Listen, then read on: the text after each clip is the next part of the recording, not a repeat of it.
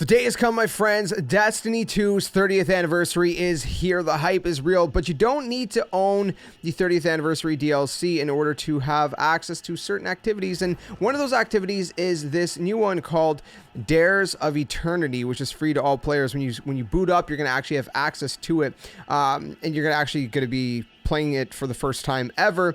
And there's a bunch of crazy cool rewards to earn in here. So I'll throw up a little bit of gameplay off and on up on screen about this activity. Basically, the way the activity works is there's different waves of enemies, and they're no joke. They're pretty tough waves of enemies, and you go through, I think, like 3 different rooms, if I recall right, with kind of mini platforming puzzles in between each one. Not too complex, pretty simple stuff.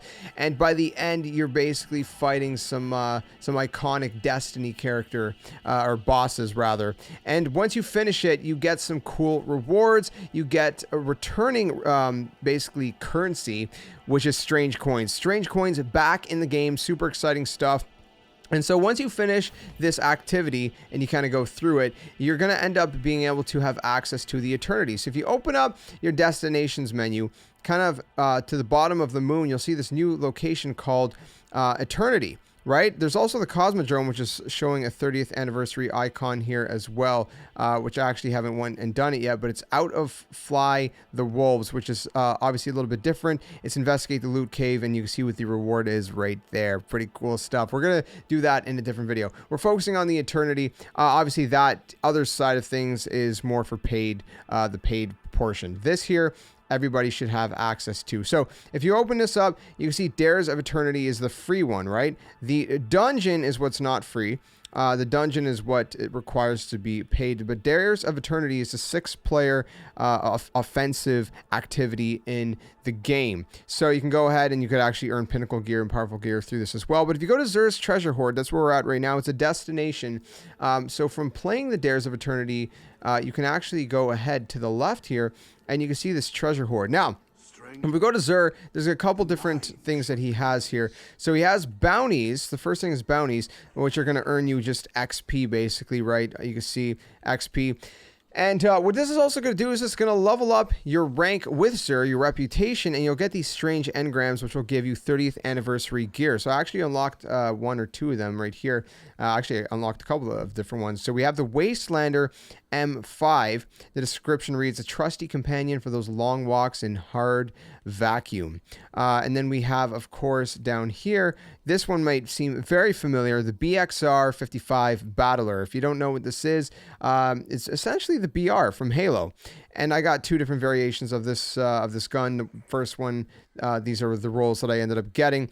But anyway, so again, it's just some kind of throwbacks to some old classic weapons, in Bungie history and whatnot. A lot of Halo stuff as well. So you can earn those and whatnot from these strange engrams by ranking up the reputation. The other thing is the rank rewards. So the first major rank is a strange engram, then a strange key, which you're going to need certain things for. I'll explain in a minute. A bunch of other stuff that we're already used to having, and then the Animalis access card. I don't even know how to pronounce that.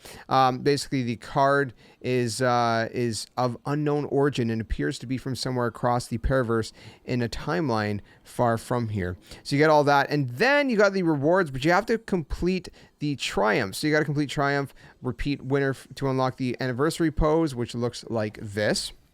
And then you have to complete the Triumph Old Friends Old Couch to unlock this one, which looks absolutely amazing.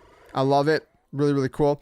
Kind of a little bit of a throwback to the days where we actually had to sit together. And then for the Joyful Burst one, which looks like this, you have to complete Fateful Spin, and then Special Guest Scar for this this shader, which looks so freaking sick. It looks absolutely amazing. And then we have an actual Gjallarhorn weapon ornament, which you got to complete the Richest Dead Man Alive. And that's what this looks like. It looks so freaking sick. I love it. And then, of course, we have the universal ornament. So it's going to depend, obviously, which character you're on. For the Titan, you can see this is what it looks like. Requires seal completion, 30th anniversary seal. And you will get this helmet ornament, excuse me, which looks absolutely insane. Then we have this, which requires a treasure key to open. You see it'll give you a 30th anniversary weapon. That's how I got one of my BRs. And then at this point we have kind of the rest of the room split up into sections, right? So we have this this middle section, which would give us a celebration weapon mod. Over here we'll get, actually I don't know what we'll get. I think that, yeah, that's a ship that requires favor rank 16 and 5 treasure keys. Ghost shell, you can see what it requires. Again, there's a lot of requirements to get these. And then we have 3 sections, which of course we have the Titan area, which would have the helmet, you know, the chest, the legs, you know, et cetera, et cetera. And then we have the hunter over here in the back middle, and their kind of weapon armor pieces. And you can see all that you need to acquire for that. You have the ship right here. You have the warlock back here.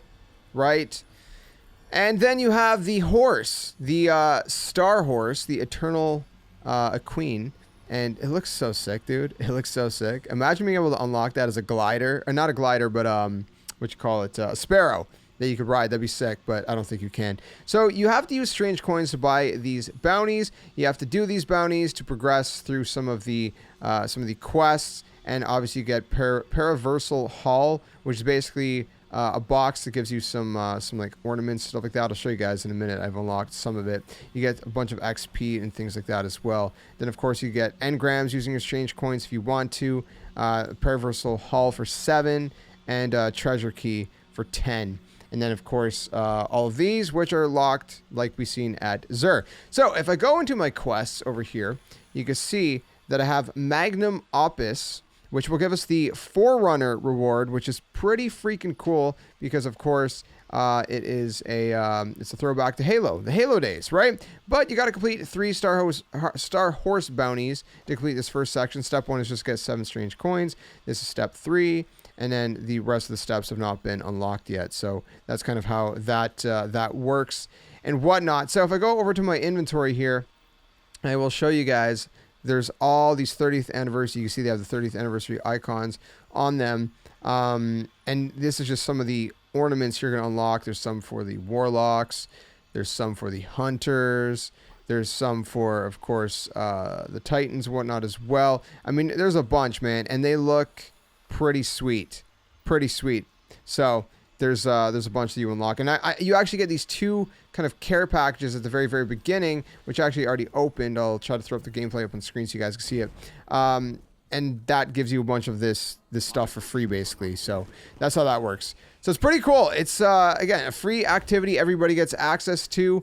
It's a lot of fun. Like I said, I've only played it once so far, but I wanted to bring you guys a video kind of taking you guys through a little bit of a walkthrough how this all works, and you know, how to basically get all this gear, which is going to take a little bit of grinding, obviously, but that's part of the fun.